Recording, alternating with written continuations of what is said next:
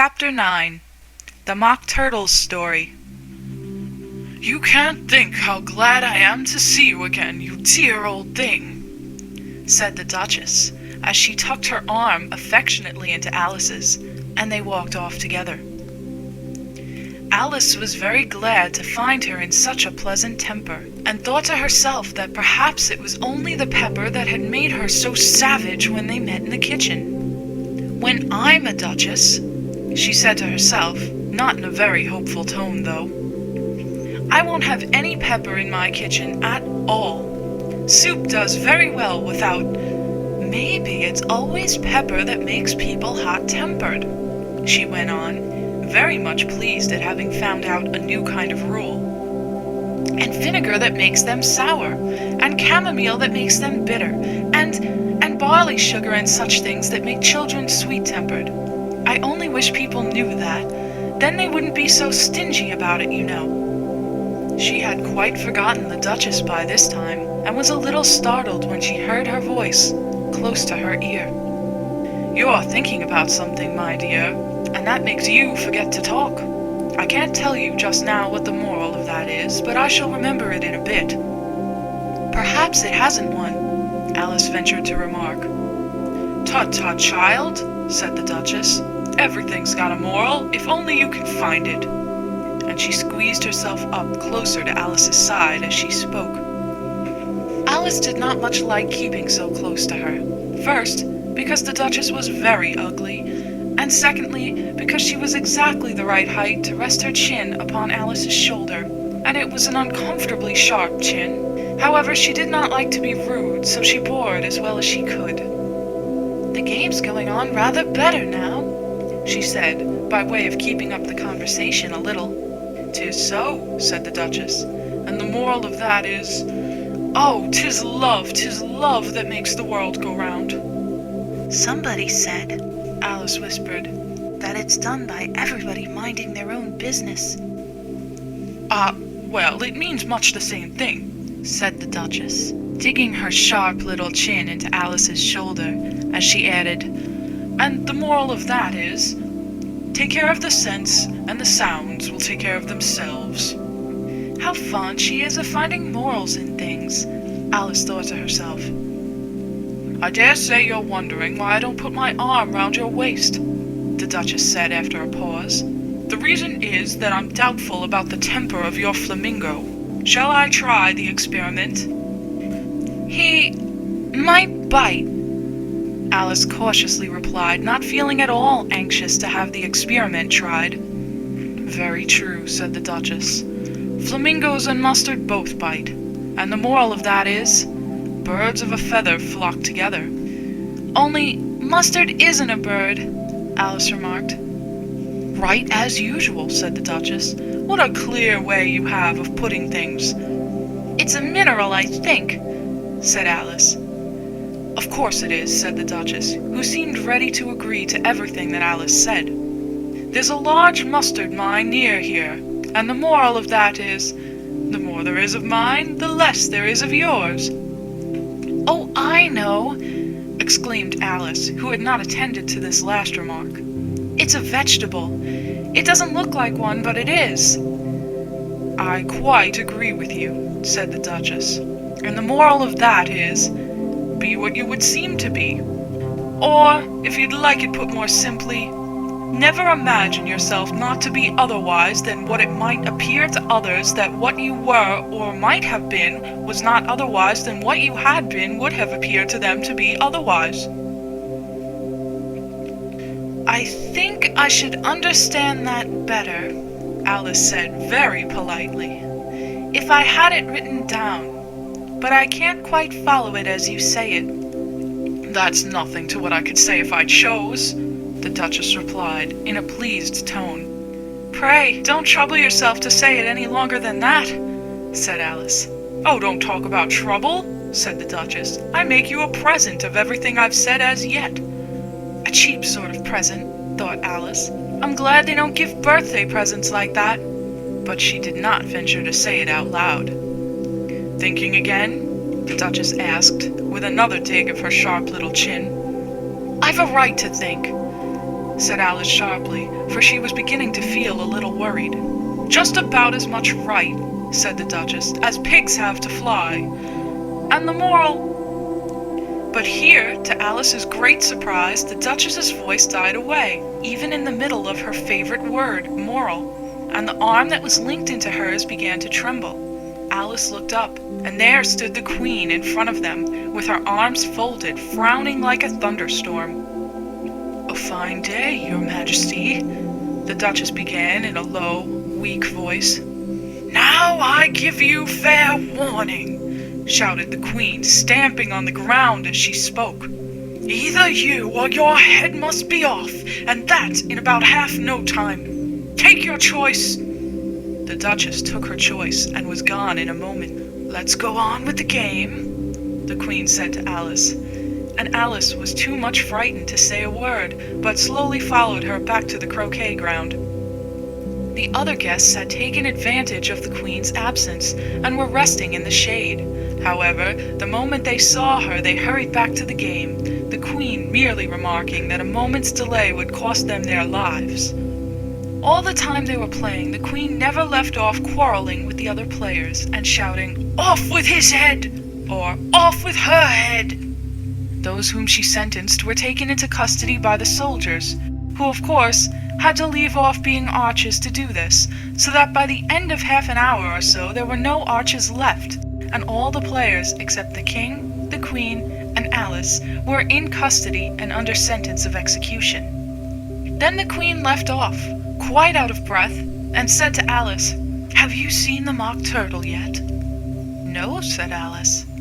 "I don't even know what a mock turtle is." "It's the thing mock turtle soup is made from," said the Queen. "I never saw one, or heard of one," said Alice. "Come on, then," said the Queen, "and he shall tell you his history." As they walked off together, Alice heard the King say in a low voice to the company generally, "You are all pardoned." "Come, that's a good thing," she said to herself, for she had felt quite unhappy at the number of executions the Queen had ordered. They very soon came upon a griffin, lying fast asleep in the sun. If you don't know what a griffin is, look at the picture. "Up, lazy thing," said the Queen, "and take this young lady to see the mock turtle, and to hear his history. I must go back and see after some executions I have ordered."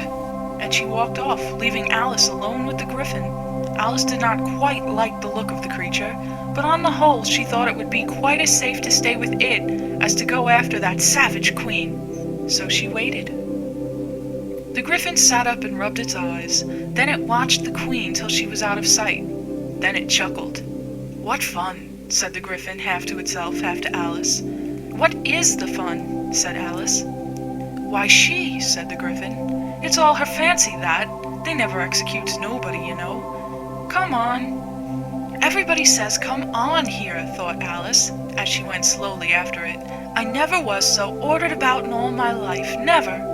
They had not gone far before they saw the mock turtle in the distance, sitting sad and lonely on a little ledge of rock.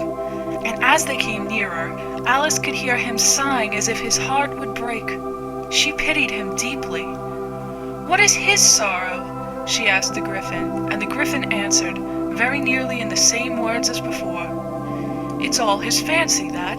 He hasn't got no sorrow, you know. Come on." So they went up to the mock turtle, who looked at them with large eyes full of tears, but said nothing. "This here young lady," said the griffin, "she wants for to know your history, she do." "I'll tell it her," said the mock turtle in a deep, hollow tone.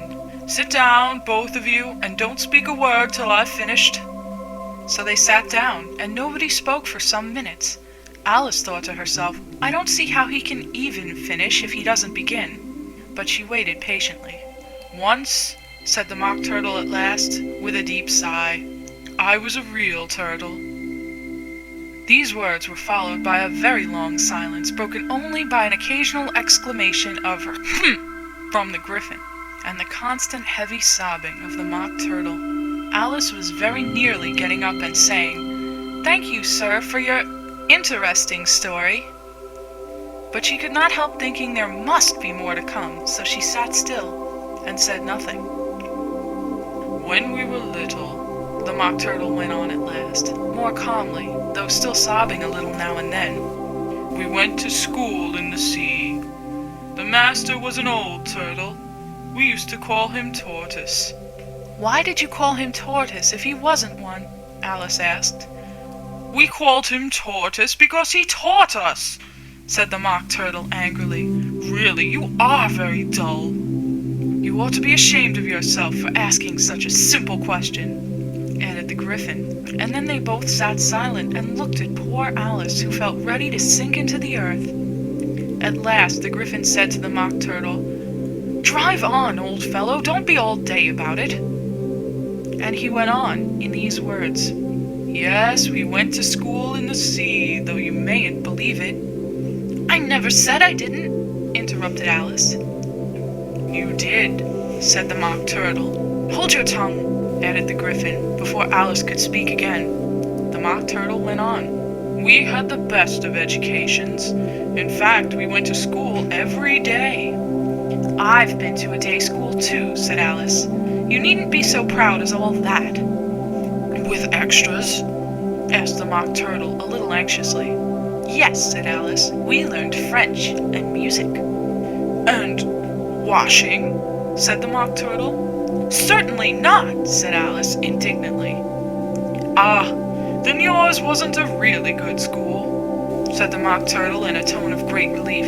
"Now at ours, they had at the end of the bill, French, music, and washing.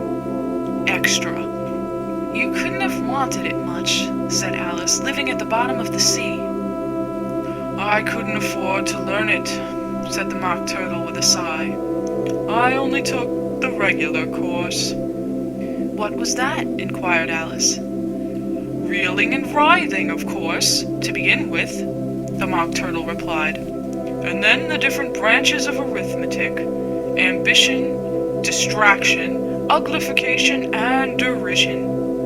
"I never heard of uglification," Alice ventured to say. "What is it?"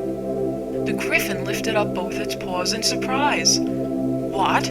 Never heard of uglifying?" it exclaimed. "You know what to beautify is, I suppose." "Yes," said Alice doubtfully. "It means to make anything prettier." "Well then," the Gryphon went on, "if you don't know what to uglify is, you are a simpleton." Alice did not feel encouraged to ask any more questions about it, so she turned to the Mock Turtle and said, "What else had you to learn?" "Well, there was mystery," the Mock Turtle replied, counting off the subjects on his flappers. "Mystery, ancient and modern, with seaography. Then drawling. The drawling master was an old conger eel that used to come once a week. He taught us drawling, stretching, and fainting in coils." "What was that like?" said Alice. "Well, I can't show it you myself," the Mock Turtle said. "I'm too stiff, and the Gryphon never learnt it."